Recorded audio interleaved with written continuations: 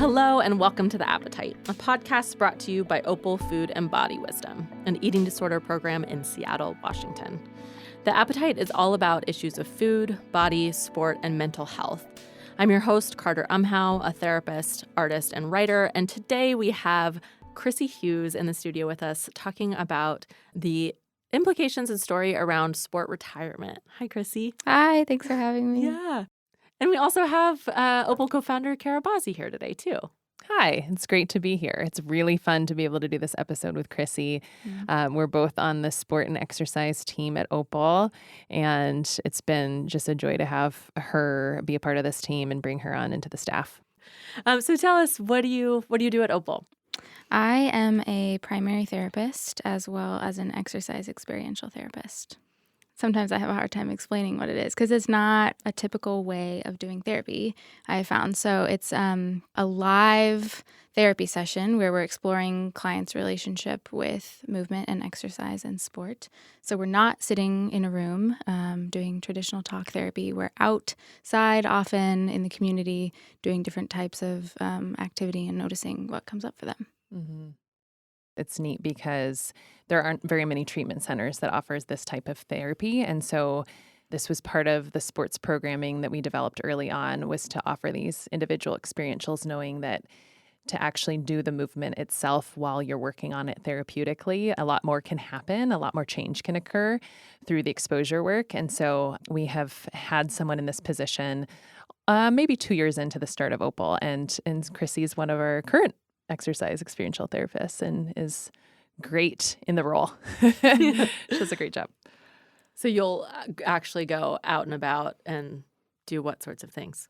All different kinds of things. This week alone, I've gone swimming. I've gone to the gym, play pickleball, basketball. Was going to paddleboard. Yep, went to paddleboard. We've been ice skating for Movement Groove. That's not an individual experiential, but... which brings us to the reason why you're here. What is your relationship with skating?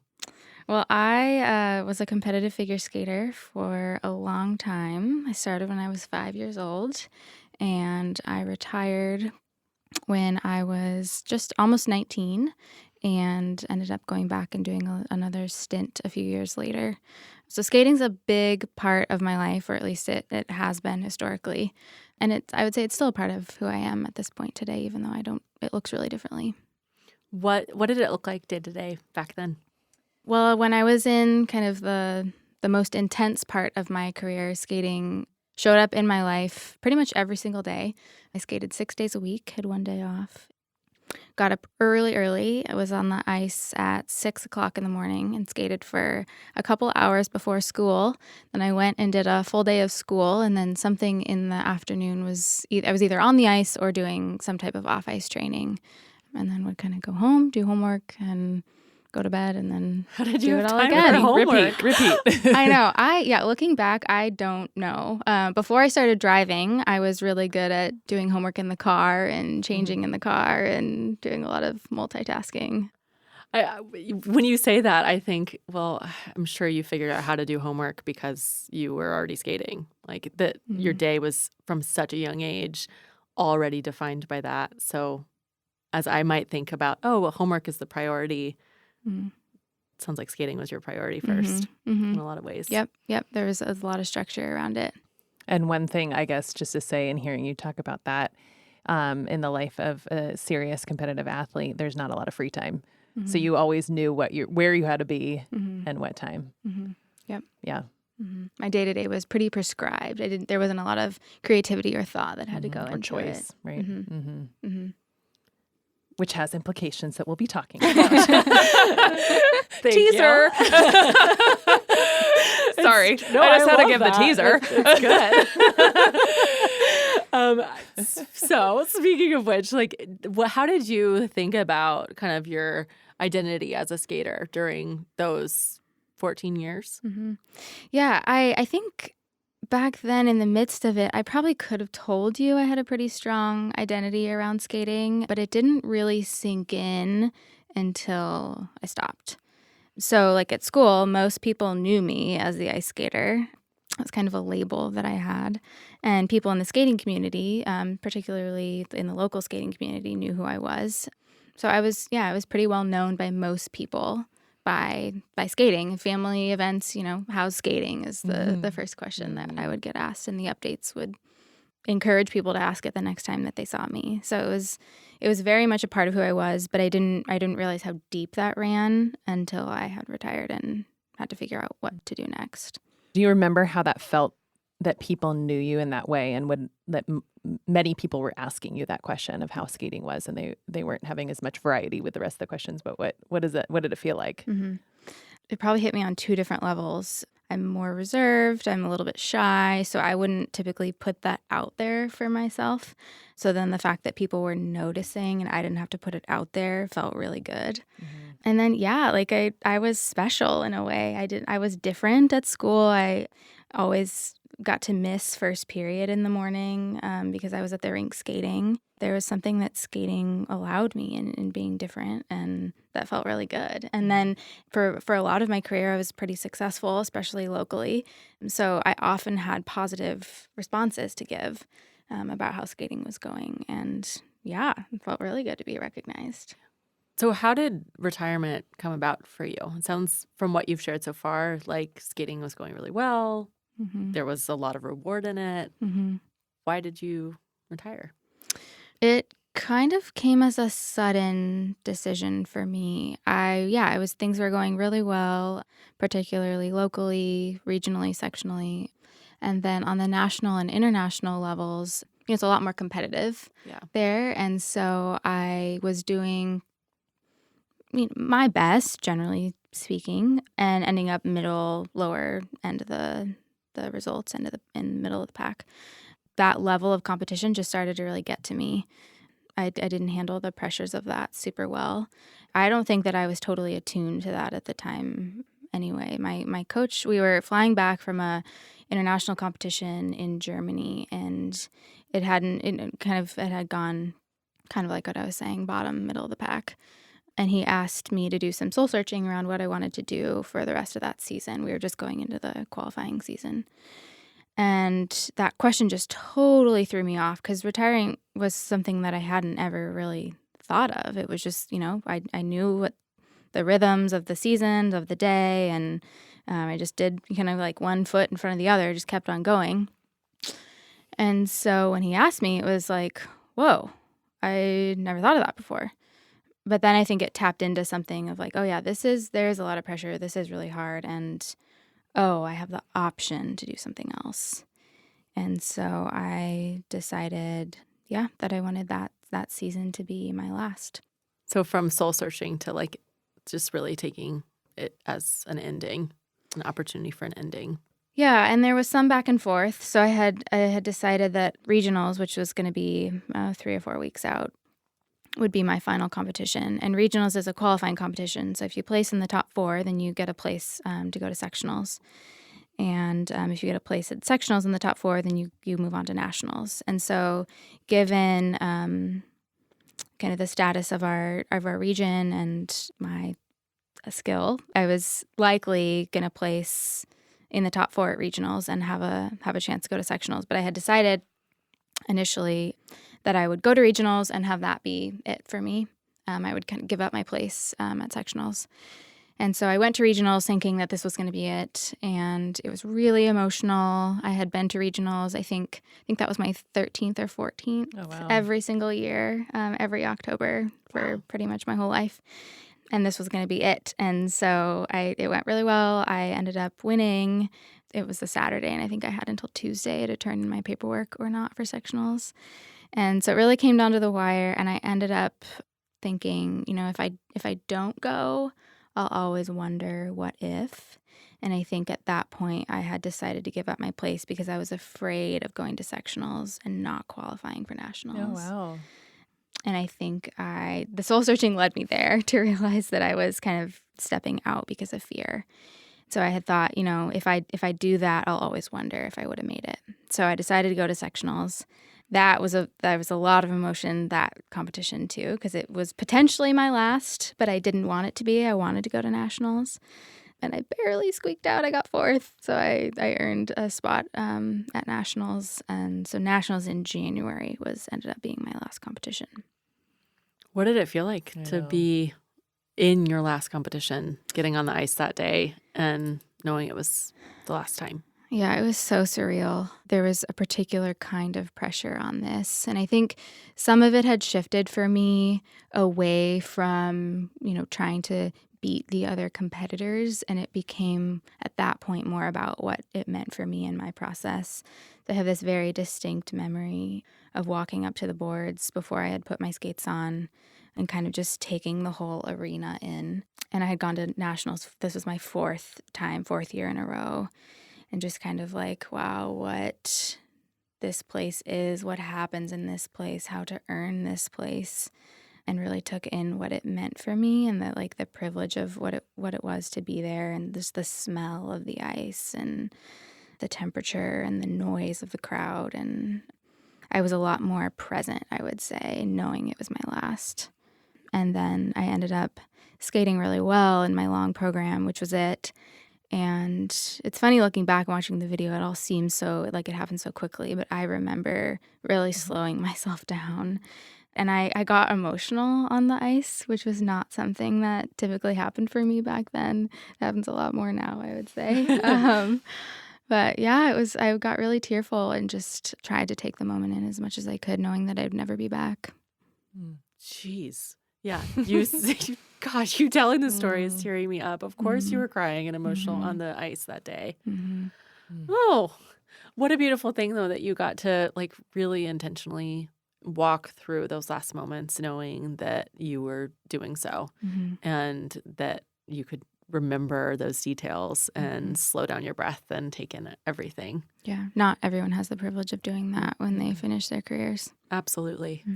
So as we focus, I think, particularly on the retirement period, what did you start learning about yourself and also about your career as a skater once you were done? Yeah, I think I felt a mix of a lot of relief when I first retired, and then that kind of quickly morphed into some devastation and confusion. The relief came, I think, from the pressure of not having to be on the ice every day, not having to deal with wanting to perform really well. And then the relief also came in my relationship with food and my body, because I was struggling a lot with that while I was skating. And I think that was some of the pressure that I was referring to earlier, that I just had too much shame to deal with while I was in the midst of it. And so I actually started going to therapy really soon after I got back from Nationals and went to address my relationship with food. And so there was just so much relief that I experienced in being able to talk about that and name that and get some help around that for the first time. So that was a big part of what was happening for me kind of immediately following retirement. But then it kind of settled in and was like, what do I do with my time? Big one. Yeah. And who am I now that I'm not Chrissy, the figure skater?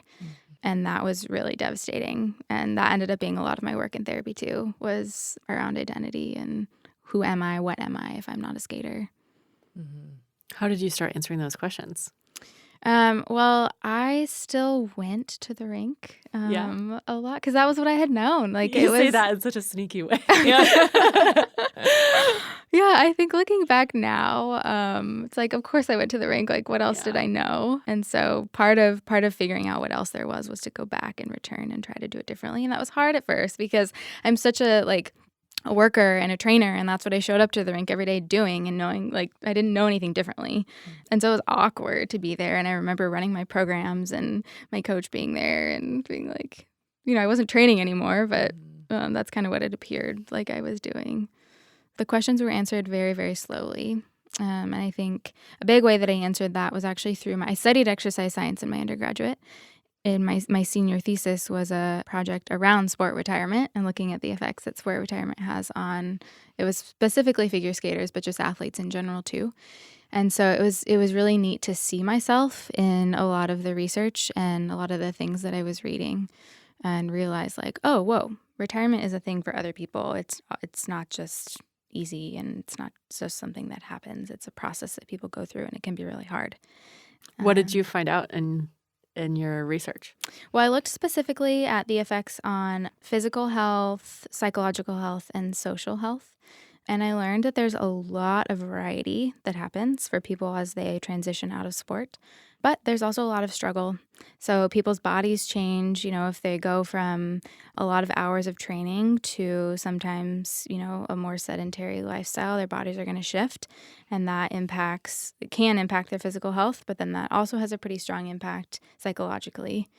A lot of the psychological stuff is around identity and kind of asking some of those questions that we were just talking about of who am I and what am I worth if I'm not winning medals and standing on the top of the podium. And then socially, things can really shift for people if they're used to having a lot of interactions and friendships and just relationships in general that are relating around someone's sport. If they remove sport from their life, then can they still get along with those people? Do they have something to relate around? And then also kind of moving outside of those sport relationships, if they've been so consumed, do they know things? Can they relate with people that don't have a sports background? I saw myself in a lot of it, and I didn't see myself in a lot of it. I think you also mentioned like the nature of the retirement, of whether it's by choice. Do you want to speak to the different forms of retirement or how people leave sport? Yeah. So in the research that I did, I found 4 kind of categories of the way that people retire. One is age. So their age can kind of determine if they're able to participate or not. Injury. So sometimes if people are injured, then they don't have the option to keep playing or participating. Deselection, so that would be like kind of being kicked off the team or not making the cut. And then the 4th one is free choice. In the broad categories, 3 of them are involuntary, and then the free choice would be voluntary. And some of the research shows that if people have agency, if they're making the decision themselves, the transition can tend to be easier. And if it's not chosen, then they can have more struggle. That makes me wonder what it would have been like if I hadn't chosen my retirement, because I did have so much struggle. But even within that, the voluntary side, people would say that, like, I think this was the case for me, that I technically chose it, but I probably wouldn't have chosen it if I was handling the pressure better and if I was like really successful on the national level. So it was chosen, but it was chosen because of factors that I didn't have control over. And I just think it's interesting, like thinking about my sport retirement experience. I was in a sport with distance running that you can continue to do. It's more accessible. And I think, something like figure skating or gymnastics or some of these other sports, maybe it's more difficult to access once you're done with like the highly competitive time. Mm-hmm. So for me, I ended with an injury. So it wasn't by choice in my collegiate experience, but then I could still re-enter back into racing. Mm-hmm. And I just have thought about that for how, you did have a stint going back into the skating that you're probably going to talk about. Mm-hmm. But yeah, just the accessibility is a little different depending on the sport. Yeah. Well, and I can still go to the rink if I choose to, but it's more recreational. There's not an outlet for the competition as much. Right. Yeah. Mm-hmm. It'd be weird if your sport was something like fencing. And like you can't really do that recreationally in the same way. You require an opponent. Exactly. Kind of. Exactly. You require an opponent. That's a good way to put it. That both of you could do. You could skate by yourself. Kara, you could run by yourself. Mm-hmm. And not necessarily in competition, but something that was personal in pursuing it alone. Mm-hmm. So you did go back and skate eventually, Chrissy. I did, yeah. Why? So as I was working on my senior thesis, I got back on the ice and was preparing to go to collegiate nationals. So this collegiate nationals is you have to be a full-time student in order to participate. So my hope was that I could kind of apply the things I had learned in the last 3 years, 2.5 years or so, that I was someone more than just a skater. I could be Chrissy the person and Chrissy the athlete and get back on the ice. So I trained for, I would say, 10 months or so, maybe close to a year. And I went to collegiates. I don't really know what else to say about that. Well, what did you discover by doing it with Chrissy person plus Chrissy athlete? I discovered it was really hard. Yeah. It was, that like athlete muscle was so there. My achiever, my perfectionist, like the harsh self-critic was there. But I also found that it felt really good. I was eating a lot more intuitively at that point, and I was trying to like own who I was on the ice, be a lot more involved in the decision-making process, kind of around my choreography and my music and the details that I would just kind of default to someone else. And so, yeah, it felt really good. It was hard though. Like it was different than I was used to. And like I was saying, everything was so routine for me in skating, so that when I went back and tried to do it differently, I was working against such a familiar routine. But it also made it really cool to go back and apply all the things that I'd worked so hard on and do it with the same people that had been with me the whole time. What did you notice any shift in relationship with the people that you were doing it with, like your coach? I think that we both, and my choreographer, the three of us, came at it with a little bit more of a relaxed posture. Like fun was more of a part of what we did. I remember some of my lessons being maybe what someone would see from the outside as like less productive. Maybe that's from like the narrow achiever athlete mindset.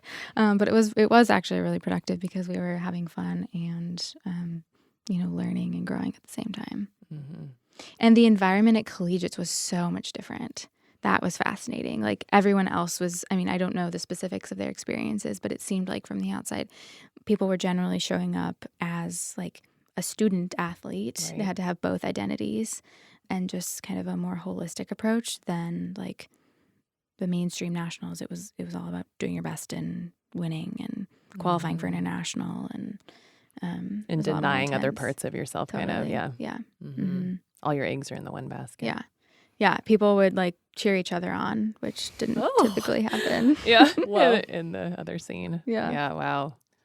So I love getting to hear that you've had so much, what I hear as like agency in the process of retirement. Like you said that it would have been maybe a little bit different if you hadn't.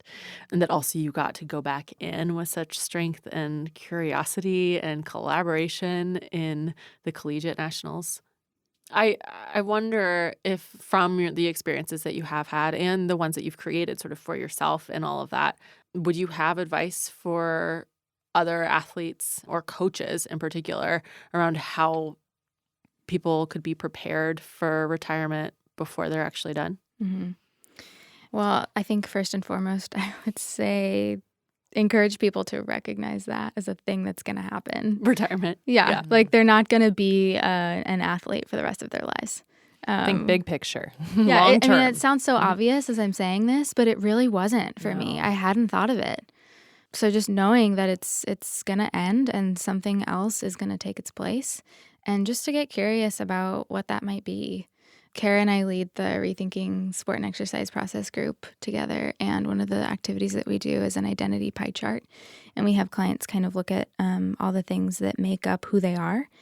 Something like that, I think I would encourage people to do, is just ask themselves who they are and what makes up their identity, what that is today, and then what it might be in a year or 5 years or however many, or months even. Mm-hmm. And even, student athletes or professional athletes, people that are serious in athletics don't have, the reality is there isn't a lot of extra time. And I think that some of that identity work, I think it is realistic to be able to do some of that while you're in the context of your sport. It might not be something that you feel the need to do because you're kind of fulfilled by a lot of your sport. Your sport attends to a lot of your important human needs. But again, having some forethought into that extreme change and transition that comes when the sport isn't there in the same way. And so it's harder to be motivated when it isn't in the present moment. And especially for a young athlete who doesn't think about the future really anyways. This is why I think the coach can play a major role, because the coach can have that wisdom, and they might need to bring the wisdom to the young athlete. Because of course, as a kid, we all know we're not necessarily thinking about our 5, 10, 15-year plans. Right. Right. So I also can imagine it would be so counterintuitive too when if everything is about you winning to go from this competition to the next one to the next one, if there is some break in that focus to say, oh, but what kind of vacation do you want to go on in 6 years? Or do you want to be like reading this book? That you wouldn't be as focused on the competition at hand, and therefore wouldn't have the same sort of energy for what you're doing. But this is where I would actually argue that if that was a coach's fear or an athlete's concern, my felt experience of being in athletics is the more that you do connect to yourself as a whole person, you can, I believe, and I've found this to be true for myself, I can perform better because going back to what Chrissy mentioned about that performance anxiety. So if you're not working on any other parts of yourself, you are way more apt to go down the hole of performance anxiety. And, research backs this up that if we're in really heightened performance anxiety, our performance goes down. I think the more that we can connect to other parts of ourselves, the more relaxed we can be in our competition that can actually yield better performance results. Yeah, and I think one of the things that in my story was helpful was that I went to public school full time, and a lot of my competitors didn't because the focus was so narrow and just on skating. So that's something that parents and coaches can focus on, is like, how can we make sure that we're building up the different parts of ourselves alongside the athlete part? I'm curious because you guys both have such beautiful perspective on team environment and like sort of relationship with coaches and being part of a sport, but you're both therapists and both work within a sport and exercise program at Opal and are both sitting with athletes regularly. In this similar vein, what would you think is helpful for therapists or different clinicians or different team members more in the mental health sphere to know about working with an athlete or a retired athlete? That it's really important to get back to that identity work.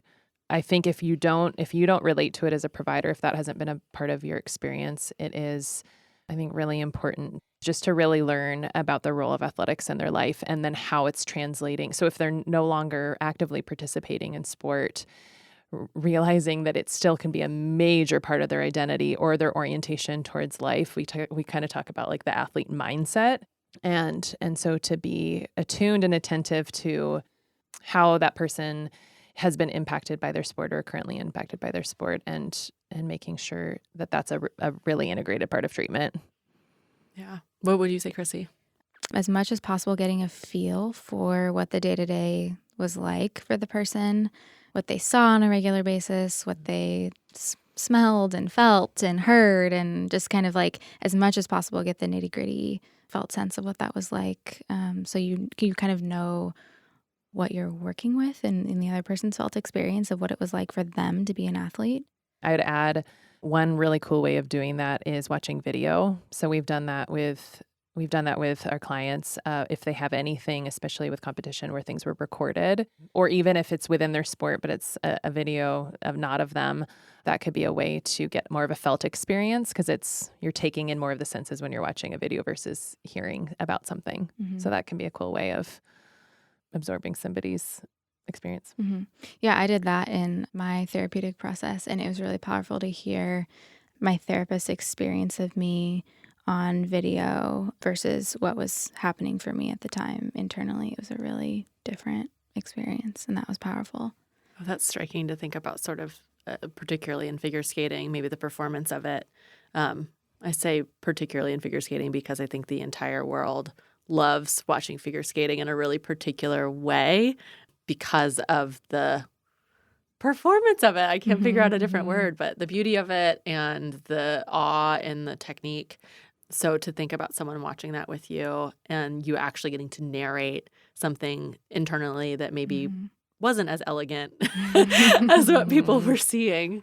That's so cool. Yeah. Oh, that just reminded me. I think that would be another thing for a clinician to think about is that awe response of it's so easy to be kind of enamored by the athlete. And that's not necessarily a bad thing because it could be really beautiful, but that could be the other piece that gets really missed with the athlete is their internal experience because they've been used to being so recognized externally for what they've done to achieve. And so that's also something to be aware of, that you're interested in what's going on internally in the midst of having maybe some awe and maybe talking about what that's like, that you're expressing awe and checking that out with the client.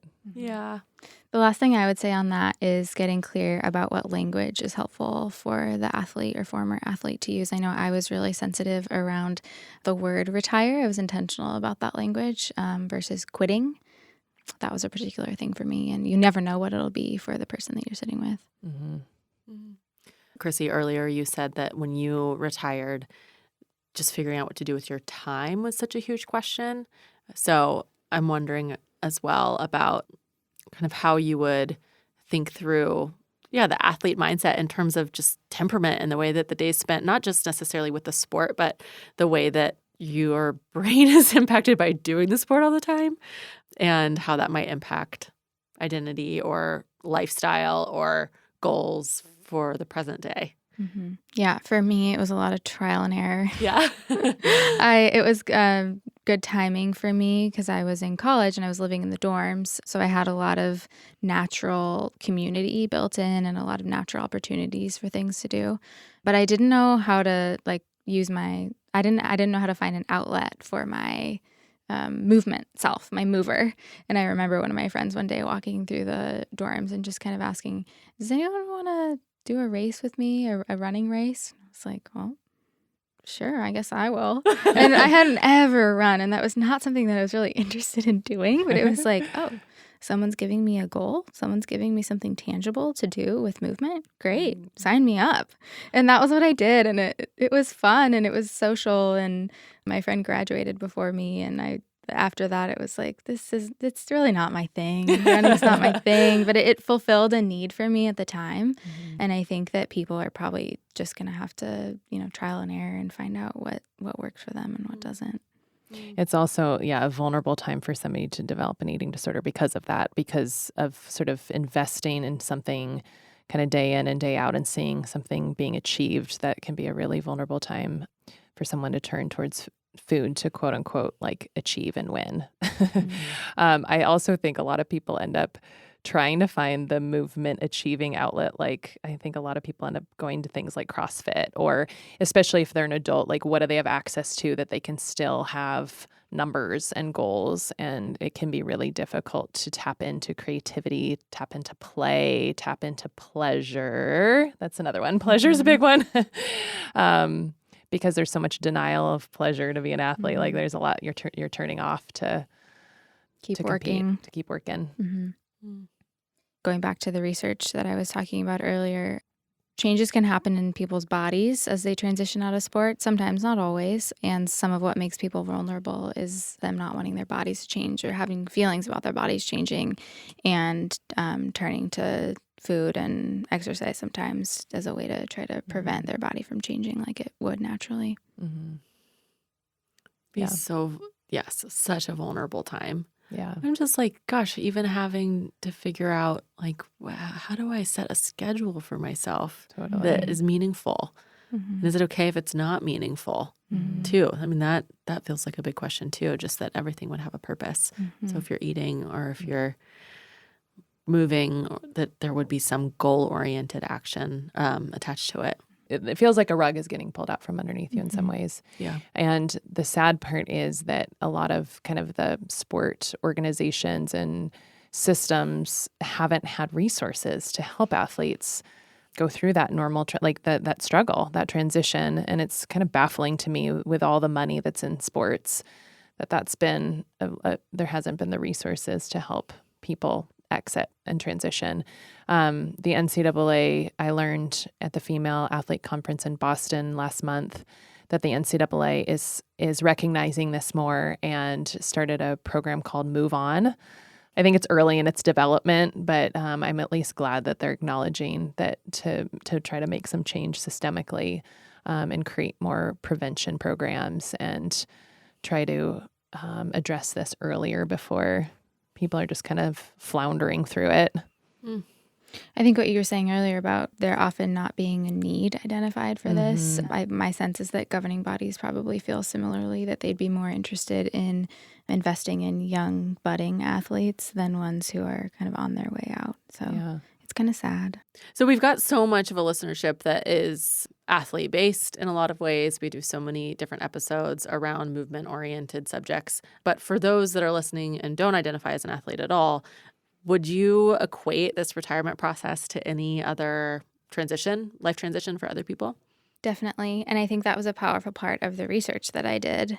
The models and theories that are out there were at the time around sport retirement are based on models around death and dying, and based on models around when people retire from their careers, their occupational careers.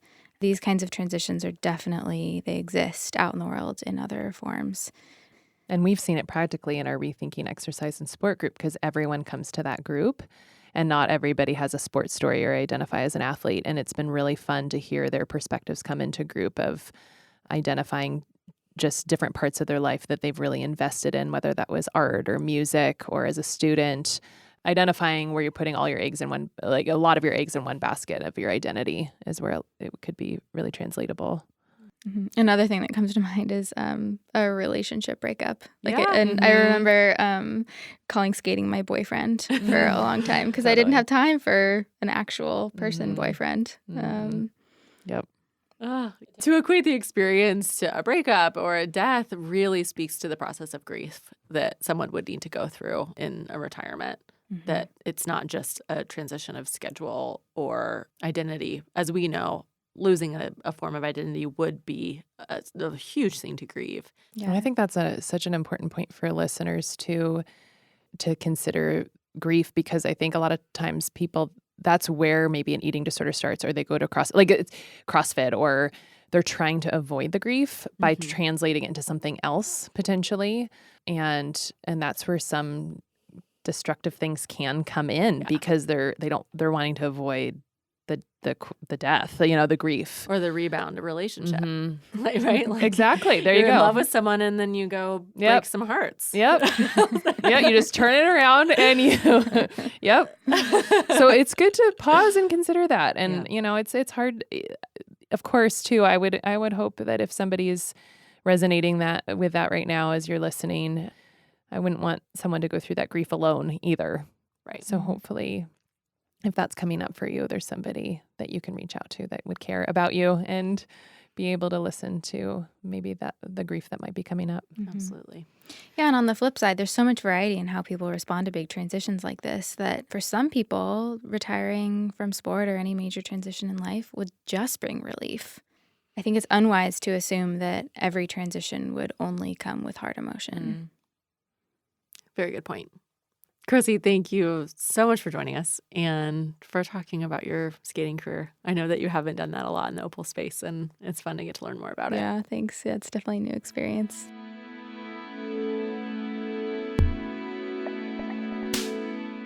If you want to learn more about Opal, make sure you follow along on social media at Opal Food and Body on Instagram, Twitter, and on Facebook. And if you want to learn more about our programming, including, of course, the sport and exercise program, make sure you find us at opalfoodandbody.com. Thank you so much to Jack Straw Cultural Center for sound engineering, to Aaron Davidson for the Appetite's original music, and to Hans Anderson for editing. Join us next time. Thanks.